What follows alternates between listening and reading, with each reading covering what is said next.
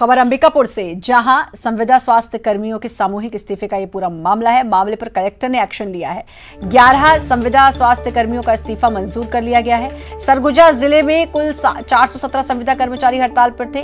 262 संविदा कर्मचारी 23 सितंबर को 48 कर्मचारियों की ड्यूटी ज्वाइन, सीएमएचओ ने जानकारी दी है। हड़ताल पर थे 262 कर्मचारी और जिले में कुल हैं 417 कर्मचारी, जिसमें से 262 हड़ताल पर हैं। 23 सितंबर को 48 कर्मचारियों ने ड्यूटी ज्वाइन की है। सीएमएचओ ने उसकी जानकारी दी है। तो संविदा कर्मचारी बिल्कुल आर पार की लड़ाई इस समय लड़ रहे हैं। अमितेश हमारे संवाददाता हमारे साथ जुड़े हुए हैं। अमितेश, बड़ी आर पार की लड़ाई इस समय चल रही है। 417 कर्मचारी सरगुजा जिले में हैं और 262 हड़ताल पर। सीएमएचओ ने अब जानकारी दी है कि 23 सितंबर को 48 कर्मचारियों ने ड्यूटी ज्वाइन की। ये देखिए श्रद्धा, निश्चित तौर पर जिस तरह से आर पार की लड़ाई चल रही है उसमें कहीं ना कहीं जो एनएचएम के स्वास्थ्य कर्मी हैं, जो संविदा पर तैनात हैं, वो भी डरे हुए हैं क्योंकि वो लंबे समय से नौकरी कर रहे हैं। उन्हें भी ये भय है कि सरकार अगर उन्हें बर्खास्त कर देती है या उनको किसी तरह का अगर किसी तरह बर्खास्त कर देती है, उनके इस्तीफे को स्वीकार कर लेती है तो उनकी नौकरी चली जाएगी। तो इसलिए जो 48 जिनकी बात कर रहे हैं, 48 ने ज्वाइन कर लिया था कल अपनी नौकरी बचाने के लिए, लेकिन अब बाकी लोग जो है अभी भी हड़ताल में हैं। और जिन 11 लोगों को किया गया है वो इस्तीफा मंजूर किया गया है, उनको शायद ये इस्तीफा इसलिए मंजूर किया है कि बाकी लोग जो हड़ताल में है इस प्रक्रिया से, इस जो एक्शन है इससे डर जाएं और वो भी काम पर वापस आ जाएं। तो देखने वाली बात होगी कि आगे आने वाले समय में जो बाकी जो हड़ताली कर्मचारी हैं वो वापस आते हैं या फिर उनका भी इस्तीफा मंजूर कर लिया जाता है। बहुत बहुत शुक्रिया आपका तमाम जानकारी देने के लिए। और रायपुर, जहां एनएचएम कर्मियों की हड़ताल जारी है, काम पर नहीं लौटने पर सरकार की सख्ती, कई जगह बर्खास्त किए गए एनएचएम कर्मी। नियमितीकरण की मांग पर ये सभी अड़े हुए हैं। हड़ताल से स्वास्थ्य सेवाएं प्रभावित हो रही हैं। तो काम पर नहीं लौटने पर सरकार ने सख्ती की है, कुछ को बर्खास्त भी कर दिया गया है।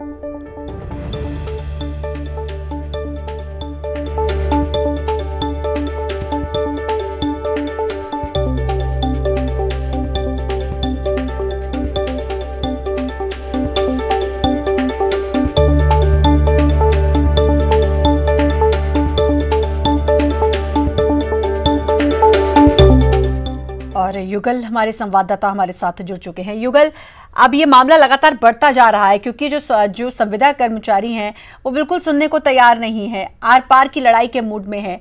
और सबसे बड़ी चिंता की बात यह है कि उनके काम पर नहीं होने से सीधा सीधा प्रभाव प्रदेश की जनता पर पड़ रहा है। और अभी कितनी जरूरत है उनकी ये भी वो जानते हैं। शायद ये मौका इसलिए भी चुना। जिस तरह देखिए, जिस तरह से अभी यहाँ पर स्थिति बनी हुई है, वैश्विक महामारी कोरोना से हर तरफ हाहाकार मचा हुआ है। यहाँ पर मरीजों की संख्या भी काफ़ी अधिक बढ़ रही है, मौत के आंकड़े भी बढ़ रहे हैं। इस बीच एनएचएम जो कर्मचारी हैं वो नियमितीकरण की मांग को लेकर आंदोलन पर चले गए हैं। और ये एक तरह से जैसे लगातार उन पर आरोप भी लग रहा है, हठधर्मिता का आरोप लग रहा है, तो उससे भी अधिक कहीं अकड़मन्यता आला अधिकारियों की है। जब ये आंदोलन पर गए तो वो इस बात को समझ नहीं पाए कि आंदोलन में चले जाने से क्या होगा। आला अधिकारियों को बार बार नोटिस दिया गया है, उन्हें जानकारी दी गई है। बावजूद इसके आला अधिकारियों ने इस बीच जो है सामंजस्य स्थापित करने की कोशिश नहीं की है। और इन जो कर्मचारी और अधिकारियों के बीच अब आम जनता पीस रही है, खास करके जब वैश्विक महामारी का दौर चल रहा है तो ऐसे में जांच भी प्रभावित हो रहा है। और 13,000 कर्मचारी वो भी स्वास्थ्य विभाग के इस तरह से आंदोलन में चले जाने से अव्यवस्थाएं जो है उजागर हो रही है। और जो स्वास्थ्य महकमा पूरी तरह से जो है लचर अव्यवस्था के शिकार हो गई है। तो कुल मिलाकर यही कहा जा सकता है कि आंदोलन अभी भी जारी है और नियमितीकरण की वो मांग कर रहे हैं। कर्मचारी संघ भी अब इनके साथ में आ गए हैं। कर्मचारी संघ का कहना है कि जब अन्य बजट के लिए केंद्र सरकार से लेटर लिखा जा सकता है, मांग की जा सकती है, तो इनकी नियमितीकरण के लिए क्यों पत्राचार नहीं किया जा रहा है। चूंकि 60% जो राशि है उसे केंद्र सरकार वहन करती है और 40% जो राशि है वो राज्य सरकार करती है। तो इनकी नियमितीकरण की दिशा में काम भी होना चाहिए। तो कुल मिलाकर संघ है, कुछ विधायक हैं, वो इनके साथ में खड़े हो गए हैं और आंदोलन अब लंबा खींचेगा ऐसा लग रहा है। हालांकि राज्य सरकार जो है सख्त कार्रवाई के मूड में है। अब तक 70 जो कर्मचारी हैं उन्हें बाहर का रास्ता दिखाने के लिए नोटिस जारी कर दिया है। उसके बाद ये आक्रोश पनपा है। पूरे प्रदेश में इस्तीफे का दौर जारी है। जी श्रद्धा जी, चलिए अब देखना होगा कि कब तक एक बीच का रास्ता निकलता है, क्योंकि जितनी देर होगी उतने दिनों तक लोगों को परेशानियों का सामना करना पड़ेगा और वाकई में मौजूदा हालात में वो स्थिति नहीं बननी चाहिए, क्योंकि फिर उसके जो परिणाम है वो काफ़ी हानिकारक होंगे।